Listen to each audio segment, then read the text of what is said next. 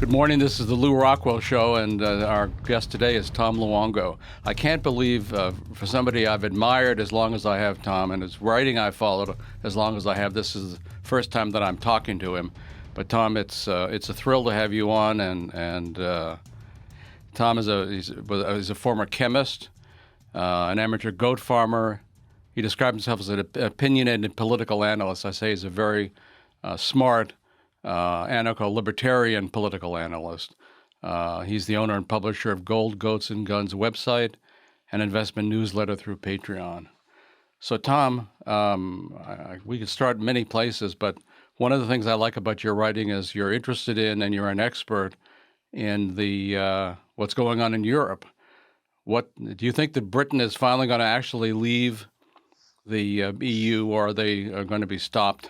Well, first, before we get that out of the way, it's absolutely my honor and pleasure to be here this morning. I can't believe that we've never actually had a chance to talk. And I've prepped for this conversation for 15 years, Lew, and I got a chance to meet Ron Paul about 2 months ago, and I nearly cried at the process. And today I feel just as honored. So you have no idea the effect that you've had on my life and everything else, because I wouldn't be where I am today if I'm not. So getting that out of the way and the Mutual Appreciation Society done, do I believe that the Brits will finally get out of the EU? Oh, it's a really good question. I want to believe it.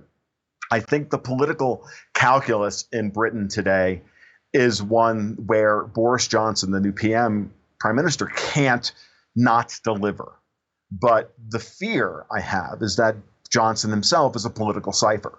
And I know he's a former Lew Rockwell reader and all of that. I remember when he first hit the political scene, when he first became mayor of London and mentioned that he read LewRockwell.com every morning, which I thought was cool.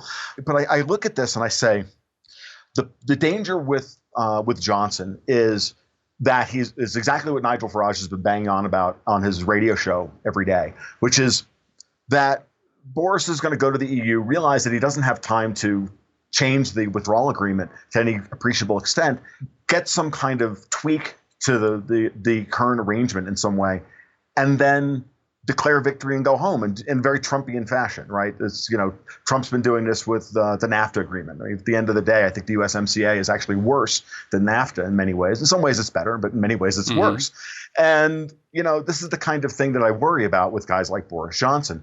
The good news is that Nigel Farage's Brexit party is so strong, I think. And from what I can feel, the British polling across the country, especially up in the Labour with the former stronghold of Labour in the Midlands, that Farage is going to hold on to 15 to 18% of the population, regardless of what Johnson does, even if Johnson delivers a no-deal Brexit on Halloween. And the only way he's going to be able to consolidate power after a no-deal Brexit is to include Farage, to get the Midlands, and then come in with some kind of majority, like, coalition-proof majority or Brexit-proof majority or Remain-proof majority, 350, 380 seats, I think is very possible if Johnson delivers that. The question is whether or not he is. I don't know if he's a globalist. I don't know how much of a globalist he truly is or not. And that's the big question I think everybody has. No, and he's got things wrong with him. I mean, he's a big open borders guy. I know. So and that's just one of the things wrong. And the things that are right about him, his tremendous ability in Latin, his education, he's just a model of, let's say, the upper class British production. I mean, he's quite something, but right. Can he be trusted? I know that there are libertarians in Britain who think he will betray them. Right. So we can certainly hope that's not the case, but I'm a little bit worried, and I notice you are too. Yeah, no, I absolutely am. I have to remain skeptical about everybody who ascends to power. I mean, it's just by definition, right? It's funny. That's right. It doesn't matter what it is, and Britain has the Remain camp, the globalists have done such a wonderful job, or what I like to call the Davos crowd, have done such a wonderful job of gaslighting everybody about how horrible a no-deal Brexit will be, that you've got people just completely insane. I don't know if you follow Brexit Twitter at all, but I do, and it's terrible. Frankly, I mean, most of Twitter is terrible, but Brexit Twitter is particularly terrible. And I was just working on a blog post this morning, and I'll probably get out this afternoon about Dwayne Johnson's The Rock's his little dust up about Boris Johnson, just saying something very simple like, yeah, Boris is right. Government is the government works for us, and everybody lost their mind because it was said by Boris Johnson. Like, what's wrong with you people? We know what's wrong with them is that they are so down the path of ideological possession and so down the path of political cynicism that I think Thomas Jefferson himself could come back today, rise from the dead, recite the Declaration of Independence, and everybody would decry it as racist because he was a slave owner. They'd arrest him. And arrest him for it, right? Because he's a terrible person. Because it's crazy where we are today. And I think it's going to get worse before it gets better. I really do. And it's a sad thing to say, honestly, because you can't even, if you engage in wrongthink at all, right? You can't engage any kind of proper argument because you're the wrong person saying it. I boggle at how far we've fallen as a society. That's where we are. So it makes me sick to my stomach, to be honest with you. So can't even say that Baltimore's rat infested. Yeah, you're not even as the rats run by during the newscast, right? And there's Trump, and Trump is making. One of the things I like about Donald Trump, and I know you've read enough of my work to know that I have a very love-hate relationship with Donald Trump. Yes, me too. Everybody should, right? And everybody should always remember. I think that the first rule, if we libertarians have a voice today in modern politics, is to remind everybody that politicians are our tools and nothing more than that. When they do something right, we should applaud them. And when they do something stupid, we should lambaste them. And that's just that simple. And they are tools to our end. That's exactly what Boris Johnson said the other day. It's exactly what Dwayne Johnson was trying to get across. And that's where we should be, because I don't think the libertarian movement as an organized movement, certainly at a political level, it's worthless. It's been completely co-opted by the neocons. No, it's evil, of course, yeah. It is. No, they really are. When they run somebody like Bill Weld as the LP vice president, I'm like, oh my God, because this is ridiculous. This is why I left the party in 2004. I remember when we first, I first started chatting. God, when I think I still had hair back then. I remember saying to myself, I remember just getting involved in the Libertarian Party. I was full of all the enthusiasm, right? And so I started a local thing. I started a local affiliate and everything else. Within 2 years, I was like, this is insane. Why would I do this? This is such a waste of my time and energy. The politics is such a complete waste of time, even though now I make my living doing it. But it's as an educational tool, as you rightly pointed out. And I thought that was the right ethos of Lew Rockwell back then, LewRockwell.com back then. It was that it was the educational process that was important. It was reaching as many people as possible and becoming as best a communicator of these ideas as possible. And I know that I know you've spent your entire life doing that, and it's inspired myself and others to do the exact same thing. And I think that that's the legacy that we really have to look at going forward. It's the emphasis on that. And I remember having these discussions with people within the party then saying, look, we're never going to win elections in America. Come on, get over yourself. It's ridiculous. Everything is against us. 95% of the money and time we spend is getting on the ballot. How are you going to win an election in a post 9/11 America on an anti-war platform? You're just not.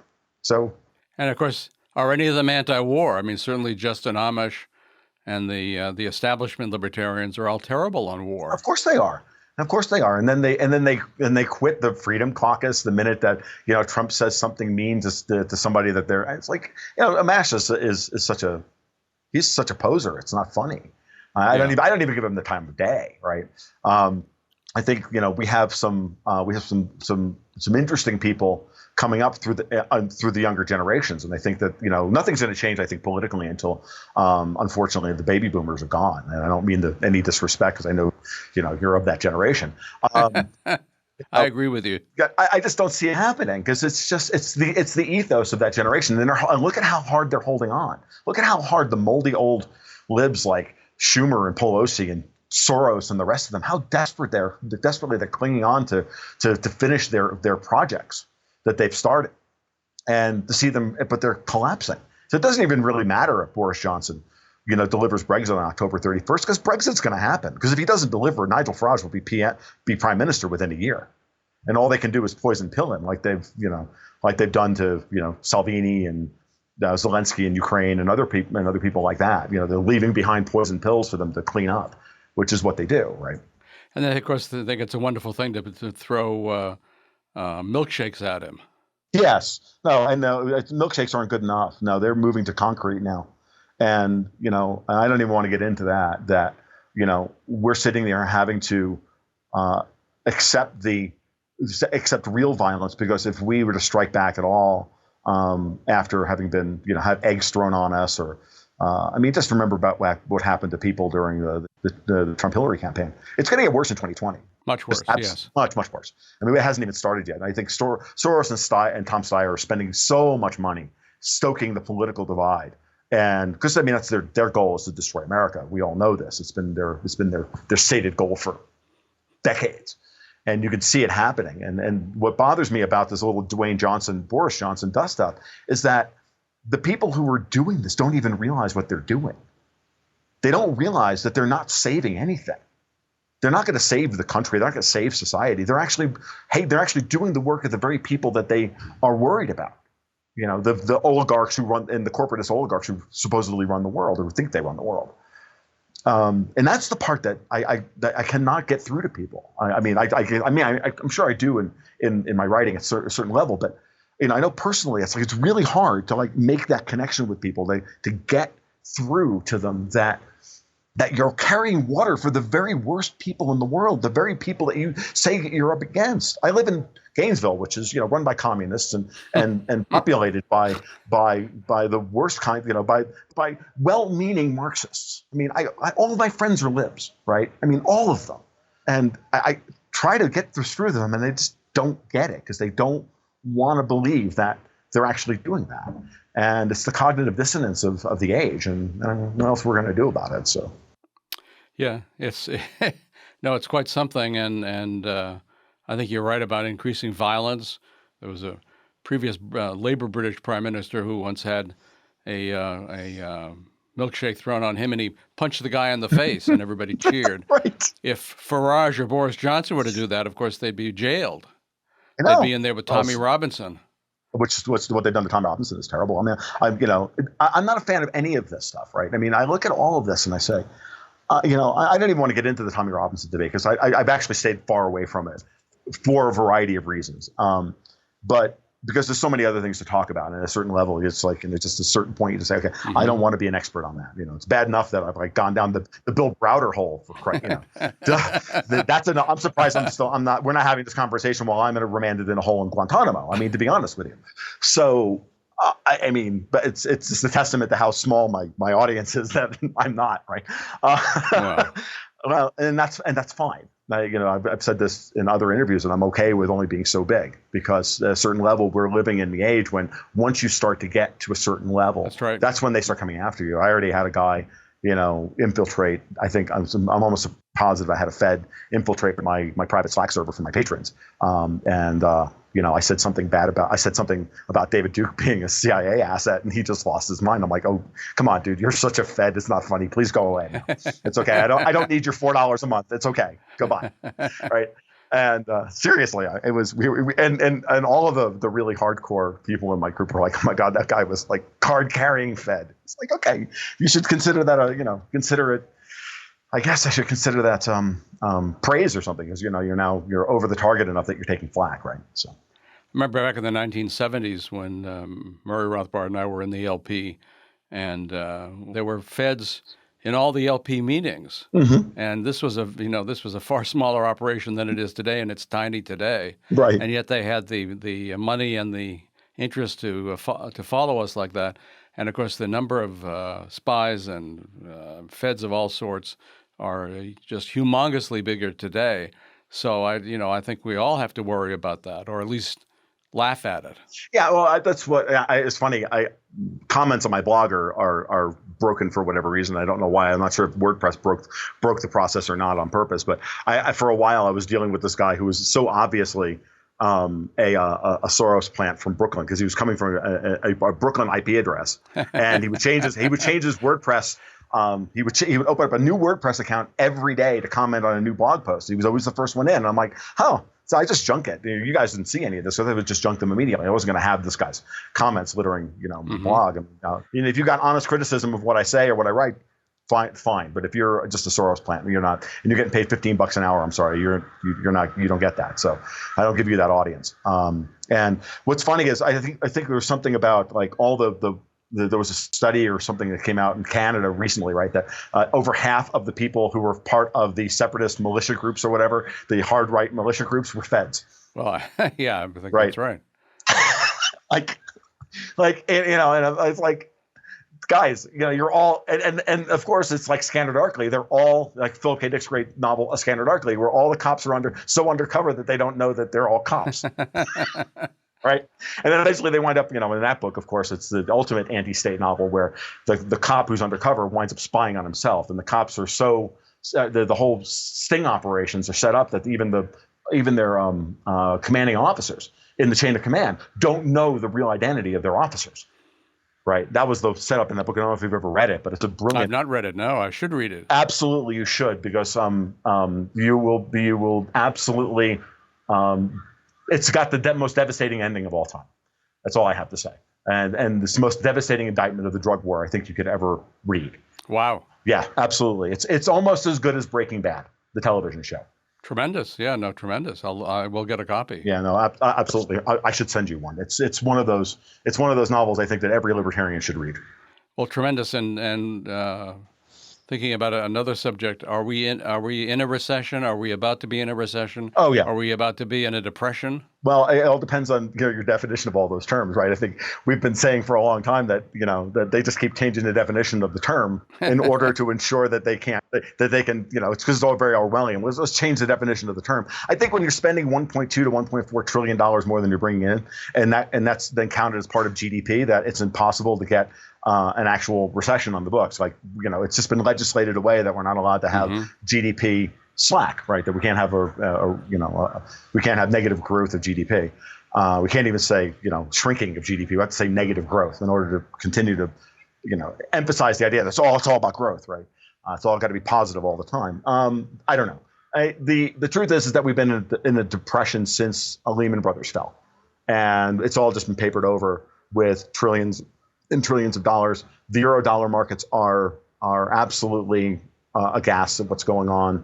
I think we're very close to a huge spasm. I think this ties right back into what we were talking about at the beginning with Brexit, and that the markets are still discounting the idea of a no-deal Brexit too much.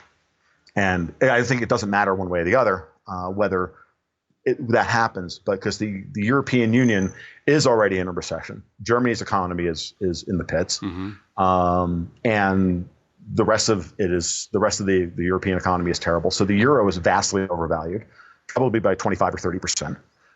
We're sitting at $10 trillion worth of European sovereign debt trading at negative yield. I think if there was ever a definition of ludicrous, it would be that, because that's, to me, I mean, I don't know, maybe I'm just too much of a geek.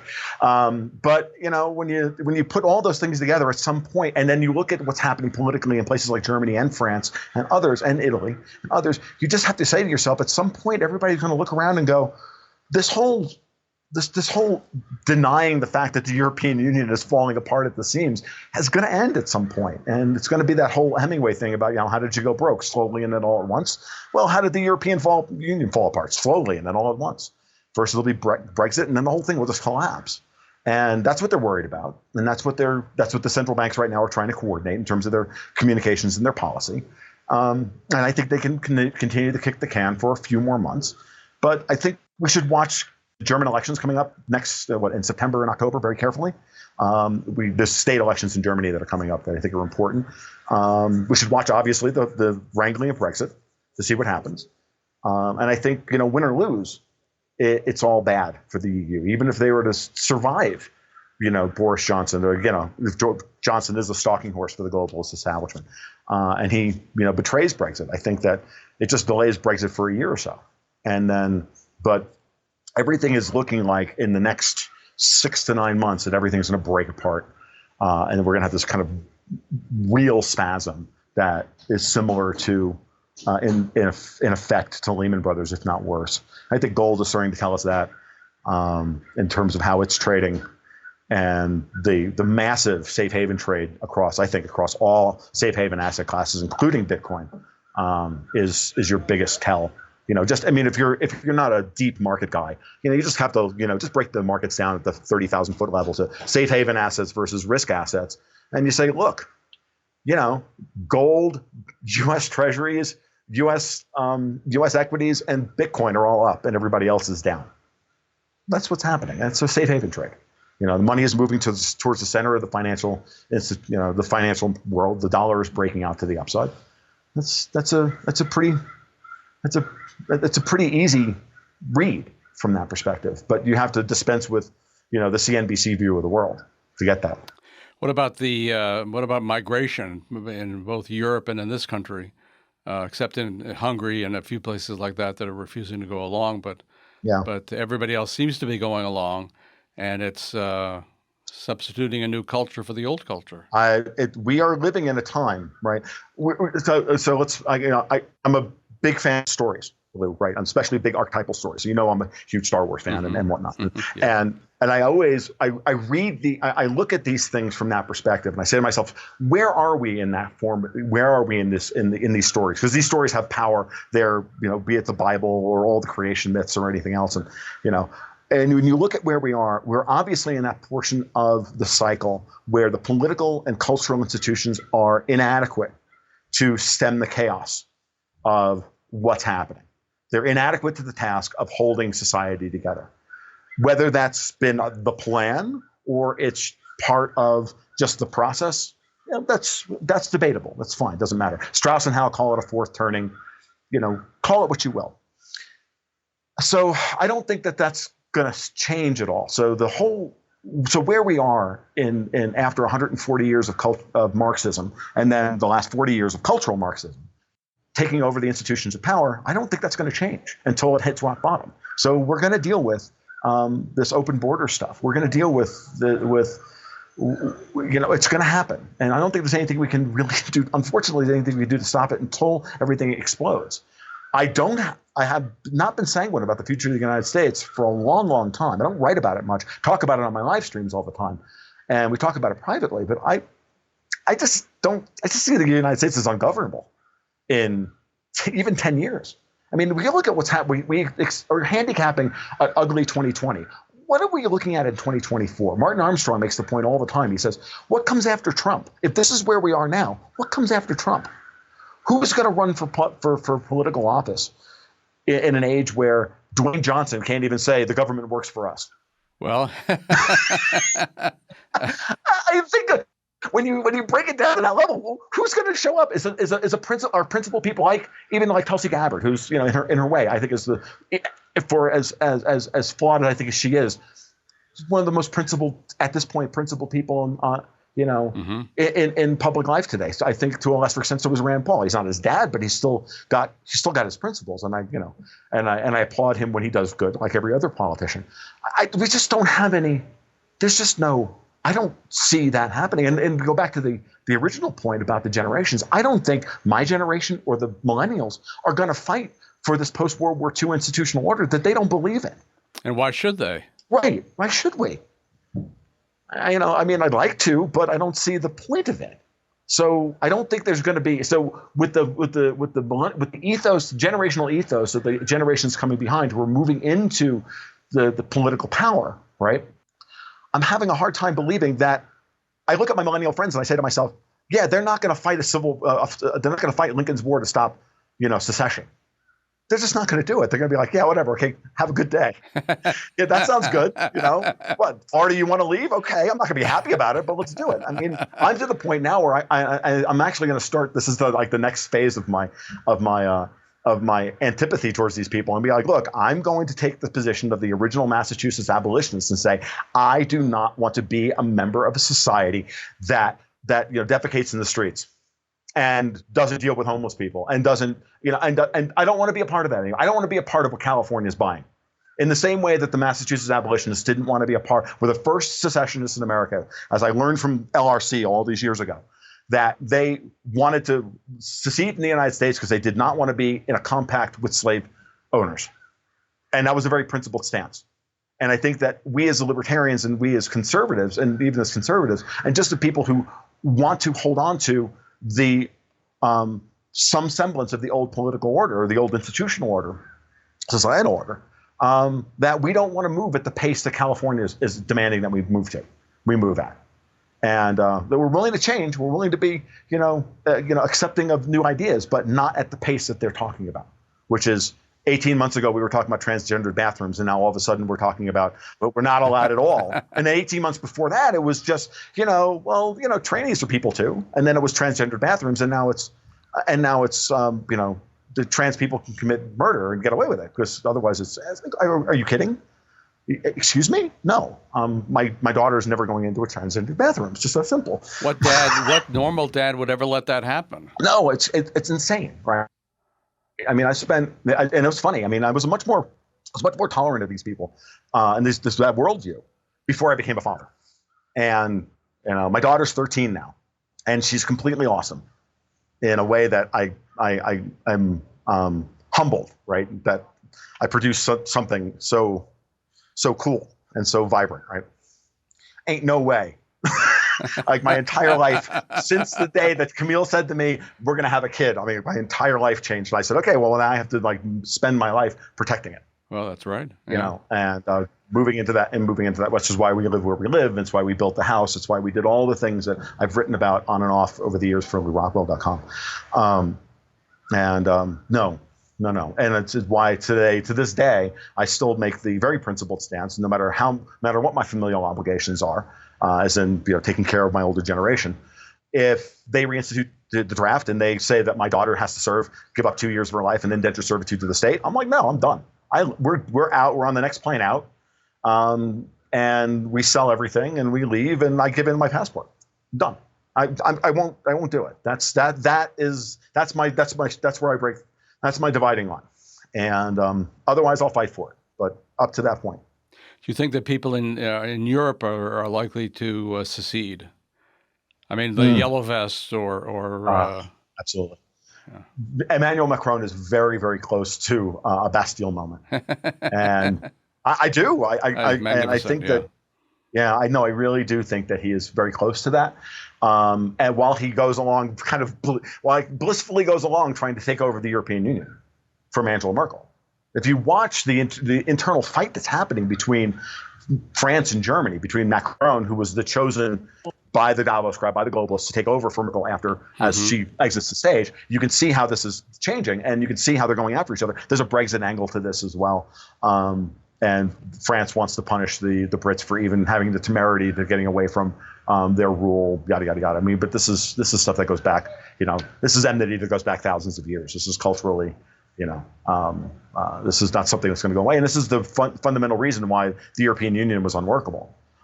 It could have been workable had they done what Martin Armstrong told them to do, which is to consolidate the debt under one issuer, a la the Federal Reserve and the Treasury, but they were never capable of doing that. And I'm glad that they didn't.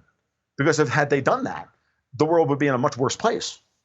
Yes, true. So in their way, the circumspection of the individual European governments in some ways may save the world. We'll see, but we know that the plan at this point is to destroy what's left of the European Union's independent. Each of the states' independence, set their own budgets and whatnot, and then foment a crisis and try and consolidate under the ECB or whatever and the IMF. I don't know that they're going to pull that off. And I think that the forces of decentralization are too prevalent. And I think because as you and I well know, studying the stuff from an Austrian economics perspective, bigness doesn't work. That the market wants to grind out all arbitrage to zero, in no matter what form it takes. And that will ultimately grind down big governments, big corporations, big ideas, and it will grind them down because there's always an arbitrage for the individual to get around it. No matter how much Trump tries to grind Iran into economic dust, there are always people who it just raises the cost of using the dollar to the point where people will trade with Iran in other ways. Mm-hmm. And so this is these they refuse to understand the basics of human nature and the basics of why economics is not a mathematics science, but a personal one, right? A sociological one, right? And this is what's going to happen, and they're going to lose. It's just the process and the order of operations of how they're going to lose. That's the hard part, and we unfortunately have to live through it. And they're going to fight tooth and nail to the end, and it's going to be very difficult, and it's going to get worse before it gets better. But it'll be interesting. Tom, just one last point. We're both fans of Salvini. Mm-hmm. What do you think is going to happen to him? I wonder if he'll end up being president of the Northern League as an independent country. It's possible. It really is possible. And I remember all those years ago, I think it was about 5 or 6 years ago, when Venice and Lombardy both voted to lead Yes. Italy. I remember that, right? And this is who Salvini ultimately represents and who is backed by, right? And I think that Salvini's on the right path of trying to institute a parallel currency. Don't let the naysayers tell you otherwise. He's absolutely got plans for that. I think that Five Star Movement understands the necessity of certainly the leadership like Di Maio, I think, understands that. I think some of the rank and file in Five Star don't. I've talked to a lot of Italians about this behind the scenes. It's one of the great things about doing what I do. I get people, send me information, unbidden, and to help me understand some of the nuances of what's going on. Certainly in German politics, I've gotten that kind of education. I think Salvini is on the right path. I think he's doing things the way he needs to, which is to make the European Union into the bad guys at every turn, because he has to change public opinion within Italy first to accept any kind of radical move, so that during a crisis, when things start to go badly and the European Union goes to clamp the screws down, that there will have been a litany of abuses that he will be able to play off of in order to say, no, we need to resist this. It was never there with the Greeks. Under Tsipras, and I think everybody saw what happened there and was horrified. And I think Salvini's smart enough to know this. I remember when he first entered the scene, and I wasn't sure about him back in 2017, and I wrote some blog posts in late 2017 outlining literally what his game plan should be, and he's gone down that road, Like, did you read the post? I mean, or is it? No, obviously he didn't. He's just a very smart guy. And it was very cool to see somebody in politics understand what you're up against. And I think that between him, Orban, Farage, and a few others, that they truly, at a level that they don't talk about publicly because they can't, but they understand it. Just by watching the way they operate, you can see that they get it. I was reading Viktor Orban's latest speech was sent to me by a wonderful Hungarian woman who sends me stuff about Orban all the time. He gives a speech every year at a university or kind of similar to like an economic circle that like the Mises circles or what Putin does at Valdai every year. It's the most important speech he gives every year. And he was going through. I was reading that yesterday, going, "Oh yeah, Viktor Orban gets it. He knows exactly what the story is." And he knows exactly what he needs to do to stop the encroachment onto Hungarian society. He's a massive figure in European politics. He's magnificent. Yes, yeah, absolutely, in so many ways. And I can only hope that that Farage is half as good. I think is half as good as that. I think there's on some issues I still have a lot of problems with Nigel on, but as far as Brexit is concerned, and getting sovereignty back for the British people, I think he's absolutely spot on. We'll use him for as long as we can. That he comports with our goals, right? That's what politics is all about, right? These people are tools, and we should never invest in cult of personalities of them. Never consider them, our saviors. Never substitute for them. Never substitute or lay on our own hopes and our own desires onto them. I was thinking about some of the things I wrote recently because I was chatting with Lee Stranahan on Twitter this morning about hope and how hope is not a plan. And we cannot, in our desperation during these very difficult times, these are hard times to get a handle on, that we cannot lose sight of our skepticism and of what our own goals are.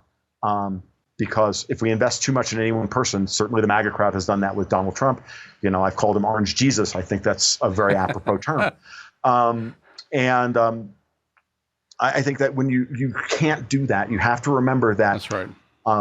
That you have to remain skeptical of everybody at all times, and you have to remember that everybody who has a little bit more power than you is angling for and talking their book and angling for some advantage over you, and angling for your vote, and angling for your time, and angling for your money, and you just have to make sure that you don't let them do that.